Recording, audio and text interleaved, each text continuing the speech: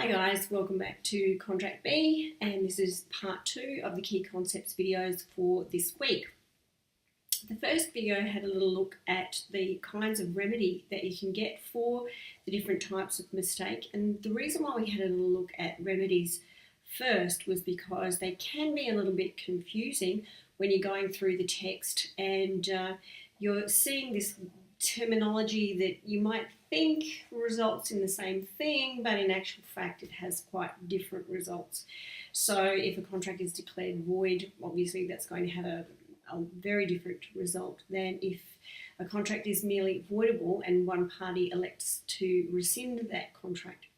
So now, having got all of that squared away, we need to look at the different types of mistake that can be made. Now, you will have noticed in the Moodle website for this week, Anthony Marinette has drawn up a flowchart for you. And I just wanted to step you through the flowchart. It can be a little bit confronting when you have a look at it for the first time. And there's a few things that we need to say about some of the comments that are made on the flowchart. So without further ado, let's have a look at the flowchart. Now, what I will do is I will cover the different kinds of mistake in the same order that they are in the textbook. And so the first kind of mistake that we're going to have a look at is common mistake. Okay. Now, as you can see by Anthony's little label up here, this is the kind of mistake that occurs when both of the parties are mistaken. Now, that mistake might relate to the existence of the subject matter, which is actually not in existence. So we call that res extincta. It might be a mistake as to title. You actually don't have title to whatever it is that you're purporting to contract about. And we call that res sua, a mistake as to res sua. Or you might have a mistake as to the surrounding circumstances. Okay, there's no fancy legal Latin word for that. Not a terribly difficult concept to get your head around. Both parties, same mistake. Okay. The case that you'll confront first in the text is Couturier and Hasty. No real biggie with this one, just fleshes out the concept. There was a ship that carried a cargo of corn. The corn, whilst on the journey, had started to ferment. And so the master of the ship, not surprisingly, pulled into the nearest port, which was Tunis, and sold off that particular cargo. Now, the owner of the cargo didn't actually know about that, and he purported to sell that cargo to somebody else. Now, when the purchaser found out that the goods that he had purportedly purchased were no longer there, obviously he didn't want to pay. Now, the seller tried to enforce that particular contract, and it was a mistake as to the existence of the subject matter. The corn had already perished by the time that deal had been done, and both parties were under a mistake as to the existence of that subject matter. And obviously, in that particular circumstance, the contract could not be enforced. Interestingly, the contract was held that it was unenforceable rather than actually void, which is kind of strange because there was nothing that could actually form the substance of that contractual agreement. However, under sale of goods legislation now, that kind of common mistake would result in a contract that was void ab initio. So if you have a look at the flowchart, we've seen common mistake. Now what we have to do is follow this line here down to the right, and we see the various different components of a common mistake. So obviously both Couturier and Hasty had a common incorrect assumption. There were no undertakings about the correctness given by either party. No one created the error. Performance actually was impossible, and therefore, and the mistake was essential, vital, the contract was void. Okay, so the flowchart operates quite nicely there. The other case that the textbook goes through is McRae and Commonwealth Disposals Commission. This is more of a kind of humorous anecdote, I think, than anything else. But the Commonwealth Disposals Commission purported to tender out the purchase of a wrecked ship. And it said that that ship was lying on Juramond Reef. And there was a tender process. The plaintiff, McRae, actually won that tender process. And they fitted out a salvage expedition to go and get this ship, and they were obviously very disappointed when there was no ship on Juramond Reef.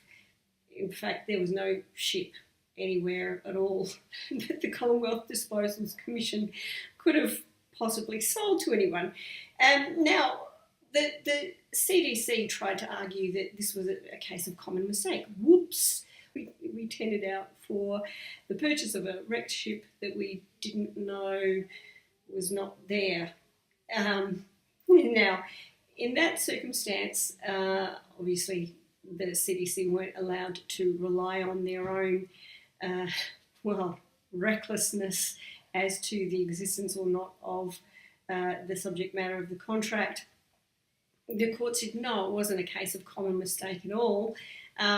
Essentially, by tendering out for the purchase of this ship, you warranted that there was a ship that people could actually buy. If anyone was in a position to know whether or not there was a ship, it was the CDC. So the court said, really, this was a case of you warranting that there was a ship there and there was no ship, and therefore it was a breach of warranty. So first of a long line of fairly entertaining anecdotes that we'll come across.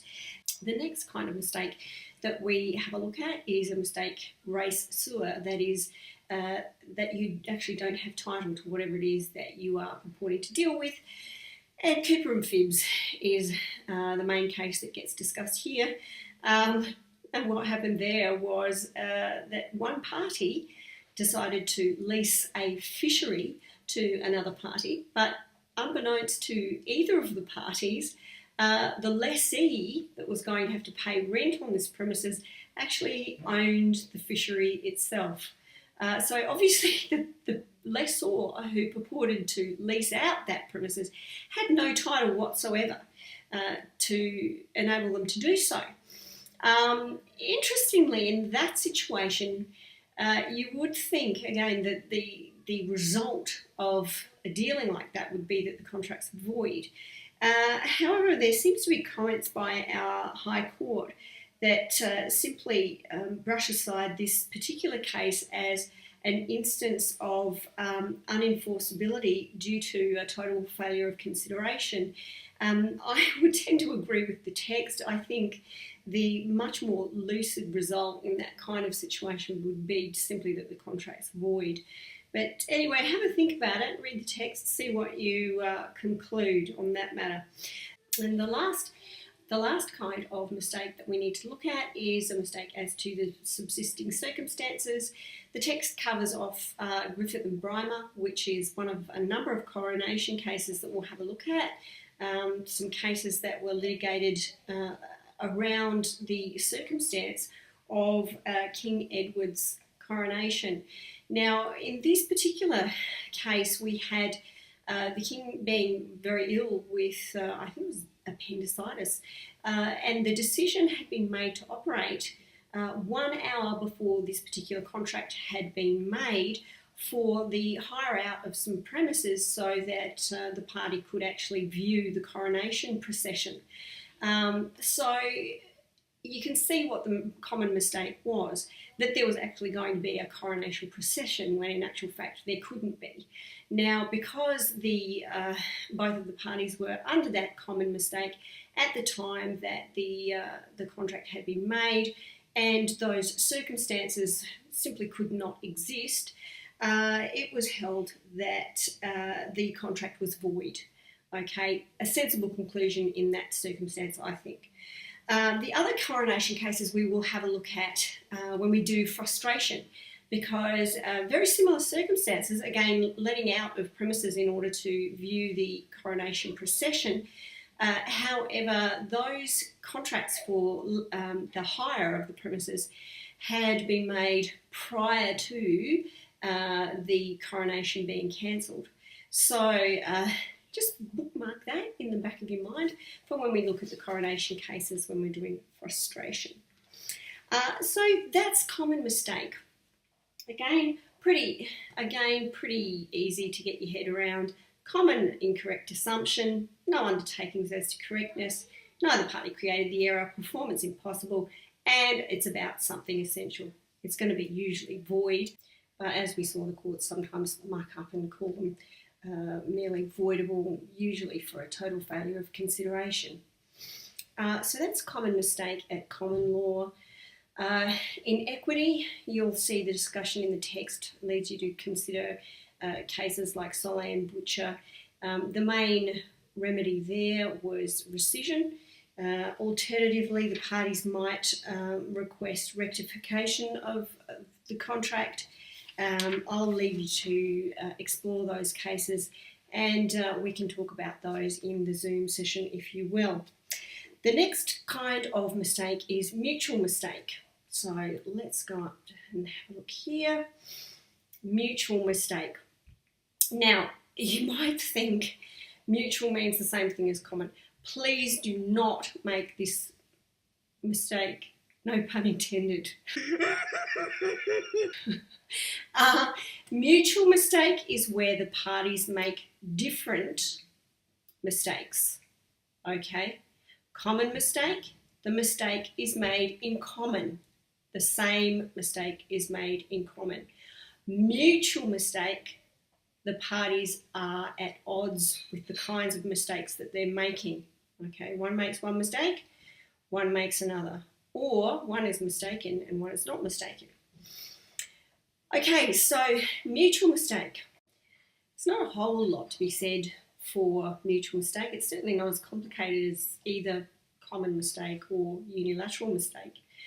But with a mutual mistake, what the court will try and do is essentially work out what a reasonable person would interpret the contract as requiring. And the case that's most often bandied about here, a case from way back in 1864 when I was just a whippersnapper, is Raffles and Wicklehouse.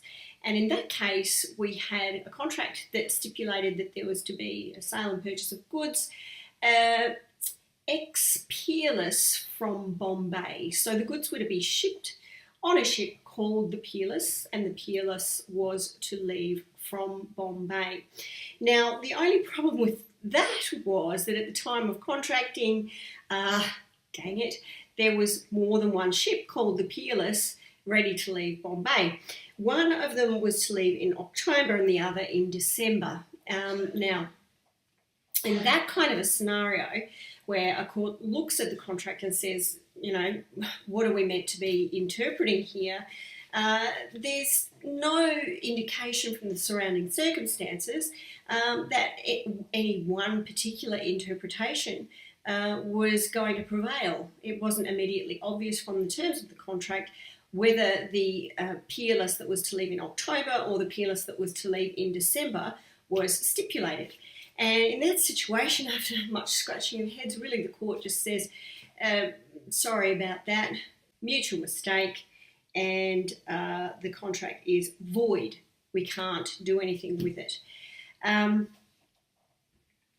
Now, the beautiful thing for us as law students in terms of mutual mistake is that equity follows the law. Here, because in this kind of situation, there's no unconscionable conduct that would usually ignite the jurisdiction of equity to march in and give some other kind of remedy, equity will just follow the law. So we have the contract being left as it has fallen, and it will remain void. So that's mutual mistake, pretty short, sweet and simple. So now we come to unilateral mistake, the third of our three varieties of mistake that can be recognised by courts. Now, unilateral mistake you'll see in the text, is divided up into 3 subsections. Firstly, they talk about unilateral mistake generally, and then they have a look at 2 sub-varieties. One is mistake as to identity, and that then is subdivided into 2 further categories where you're dealing with someone face-to-face or you're dealing with someone in writing.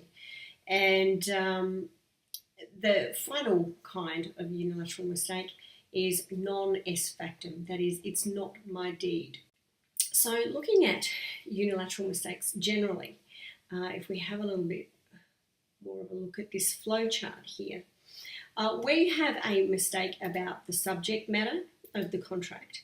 What the court will try and do is step into the shoes of that reasonable person and say, well, what would the reasonable person think that the contract was all about? What does the terms of the contract require? And if it is clear to the reasonable person what the contract requires and what the subject matter is in relation to, then that's the way the contract will be enforced. And unfortunately for the mistaken party, there will be no remedy at common law. This is because, as the High Court said in Taylor and Johnson, you have to assess these things objectively, not subjectively from the mind of the mistaken party. So unfortunately for the mistaken party, unless there are intervening circumstances that we'll talk about in just a second, the common law will leave that contract intact as it is, and it will be enforced according to its terms. In Taylor and Johnson, though, you had what I referred to before as a wafting overtone of unconscionable conduct, and that's really the case here. Poor old Mrs. Johnson granted an option to Mr. Taylor to buy some of her land. Now, the total amount of land was around about 10 acres. And Mrs. Johnson thought that she was granting an option for $15,000 per acre. So that would have yielded her around about $150,000 if Mr. Taylor exercised the option and bought the land. Mr. Taylor, however, had worded up the option such that the all-up purchase price for the 10 acres was $15,000. Now, that was an extraordinarily low figure for the land at issue. On its face value, it was worth around $150,000, but Mr. Taylor had had his eye on this land and knew that if the council granted a particular rezoning application that was on foot, the value of the land would shoot up to around about $195,000. What Mr. Taylor did was he mentioned the price of $15,000 rather vaguely when they were executing the option. And then he refrained through all of the course of their subsequent dealings from mentioning that purchase price again. Mrs. Johnson, actually, after she had signed off the option for Mr. Taylor, said, "Oh, can I please have a copy?" And Mr. Taylor rather dodgily said, "No, I don't have a copy of the option that I can give you." So Mrs. Johnson walked away thinking that she'd granted an option for $15,000 per acre, when in fact it was $15,000 total.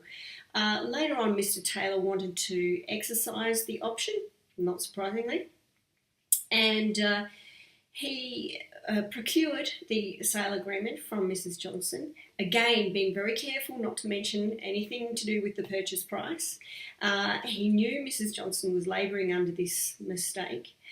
He got her signature on the dotted line, and then when Mrs. Johnson ultimately found out about the mistake, didn't want to be held to the contract. She'd be getting roughly 1/10 of what she should have been getting, and even less if you take into account the fact that the land was going to shoot up in value. In that particular case, you didn't just have a contract where there was some kind of unspoken mistake about the subject matter. you had, like I said, this faint smell in the air. And you will see that the High Court went on very carefully and very helpfully to outline the circumstances where equity will in fact step in to rescue the mistaken party from what would otherwise be some fairly disastrous terms of their contract. So you need to have a mistake about a fundamental matter. And here the price was obviously very fundamental. She was going to get about 15,000 as opposed to 150 or 200 if you look at it the other way. The other party knows of the mistake. Yes, we certainly know that Mr. Taylor was aware of Mrs. Johnson's mistake. Not only did he fail deliberately to mention the purchase price again after it was initially mentioned right back when they were negotiating the option, he failed to give her a copy of the option, and it was all pretty cloak and dagger, really, when you think about it. And Mr. Taylor took those steps to prevent the mistake being discovered, as we said. So all of those were true, therefore the contract can be rescinded at the option of the mistaken party. So equity's jurisdiction is ignited, equity jumps in like Superman to the rescue, and all is well for the mistaken party. That is a unilateral mistake about subject matter. Then we have a unilateral mistake about identity. Okay, and here we're looking at the left-hand side of the flowchart again. And in this case, we need to first work out whether the parties are dealing in writing or whether they're dealing inter presentes, that is, whether they are face-to-face. Okay, now if they're dealing in writing, you will normally have one party, as they were in Cundy and Lindsay, mistaken as to, usually it's a purchaser representing themselves as someone that's very reputable and a jolly good chap to deal with, when in actual fact they're a rogue and they just want to grab hold of the goods, go and flog them on to someone else, make some money and run away. And that's certainly what the rogue did in Cundy and Lindsay. And then the dispute was between the original seller of the goods and the ultimate innocent third-party purchaser of the goods. And the question was, who got to win out in those circumstances? The rogue had represented in writing to Cundy that he was from the firm of Blencaron and Co., who were a very reputable establishment, and in fact his name was Blencarn. However, like I said, in writing he made it look like he was from Blencaron. He procured the goods were delivered to the address stipulated in the letter, and he got the goods and absconded. He sold the goods onwards to Lindsay before he ran away. The court said where you do have dealing in writing like this, and one party very clearly only intends to deal with the reputable party, then there will be a unilateral mistake that renders the contract void. Yep, you got it, folks. Common law renders the contract void, which was very harsh on the ultimate third-party purchaser because no title flowed through to the rogue and therefore no title flowed through to the ultimate purchaser, and the purchaser was actually found guilty of the tort of conversion. So that was a rather drastic result for a unilateral mistake on the ultimate third-party purchaser. So then we have a slightly different situation where you're talking about the rogue actually being present, inter presentes, with the other party to conclude the contract before they then inevitably on-sell and run away. Now, in these cases, you kind of had a bit of a mess to start with. There was in Phillips and Brooks held to be a rebuttable presumption that where you are concluding a contract face-to-face with another party, even if identity of the other party was an important part of why you were contracting, there was a rebuttable presumption that you actually intended to deal with the person that was right there with you. Makes sense. And in that case, you had some jewellery that was at issue. The rogue represented that he was a reputable party to deal with. The jewellery seller checked in a directory and indeed found the name in the directory and thought everything was hunky-dory. In fact, it was not. In that particular case, the mistaken party who thought they were dealing with a reputable person had no remedy because of that rebuttable presumption. You intend to deal with that party, just looking up in a directory to try and see whether the rogue's story was correct was not sufficient to reverse that rebuttable presumption. And then you have Ingram and Little, and in that case, I like to think of the sisters Ingram as being very court-friendly witnesses. I can see them all in little paisley dresses, wringing their hands terribly. They had been duped by a rogue into selling their car. And again, one of the sisters, they only wanted to deal with the person who the rogue had represented himself as. And one of the sisters kind of didn't feel right about the transaction, said, no, I want to call the whole thing off. And then one of the other sisters slipped around the back and actually checked in the directory, of course found the rogue's name there as he had said, and they then thenceforth trusted the rogue, sold the car, and you guessed it, he took the car, on-sold it, and the sisters Ingram didn't actually get their money and they had no car. In that circumstance, the court was willing to say, yes, okay, they had done enough to remove the rebuttable presumption, and the contract was actually held void. The state of the law was in, as I said before, a bit of a mess, and then you had Lewis and Avery coming to the rescue, where a person, a scoundrel, had represented themselves as Richard Green, who was a famous movie actor, and he dutifully showed his movie pass ID card as Richard Green. The spelling was slightly different to the actor's name, but anyway, the rather gullible seller decided to sell their goods, again, I think it was a car, to the rogue, and the court said, sorry, we've got to make it clear, there is a rebuttable presumption. You thought you were dealing with Richard Green, yes, okay, that's fine, but it's certainly not sufficient to just check the ID that the rogue himself presents you with. That's not going to save you. The rebuttable presumption is now pretty much adhered to, unless there's some fairly exceptional circumstances. And so that is the situation where you are dealing with a scoundrel who misrepresents their identity. And so now we come to the final kind of unilateral mistake, which is non est factum, or it's not my deed. And in this kind of unilateral mistake, it doesn't involve the identity of another party. It does involve subject matter, but it's again, much like Taylor and Johnson, where you had those extra factors that ignited equity's jurisdiction to step in and save the day. Here we have some extra factors in the surrounding circumstances that once again enable a court to conclude that a party should be removed from their contractual obligations.